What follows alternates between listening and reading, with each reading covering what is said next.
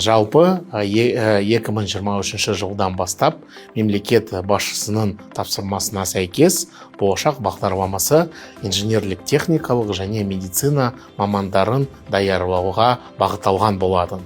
Яғни, мысалы, қазіргі таңда біз инженерлік техникалық бағытқа ең кем 60% орындарды бөлеміз. Статистикаға қаратын болсақ, 2021 жылы біздің инженерлік техникалық орындардың үлесі 45% болды, бірақ қазіргі таңда 70%-дан асты. Ол дегеніміз, басым мамандықтар қазіргі кезде ол инженерлік техникалық және медициналық бағыттар.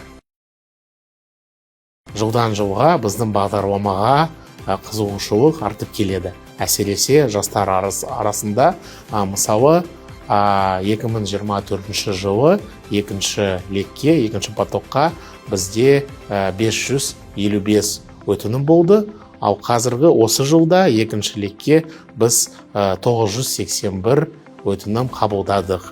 Ол дегеніміз бірде онан 8 есе өтінімдердің саны артты. Және де өздеріңіз білесіздер, биыл бізде референдум нәтижесі бойынша біздің елімізде 3 атом электр станциясы салынатын болады.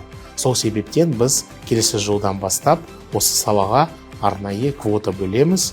20-ға жуық орындар осы арнайы осы салаға болады, бөлінетін боламыз. Және де осы мамандар оқуды аяқтағаннан кейін елге оралғанда олар, яғни осы салада жұмыспен қамтамасыз етіледі. Тағы да бір жақсы жаңалық, келесі жылдан бастап біз бакалавр санатты қайтадан енгіземіз. Бірақ бұл санатқа орын шектеулі, және де ол тек қана халықаралық олимпиада жеңімпаздарына арналған.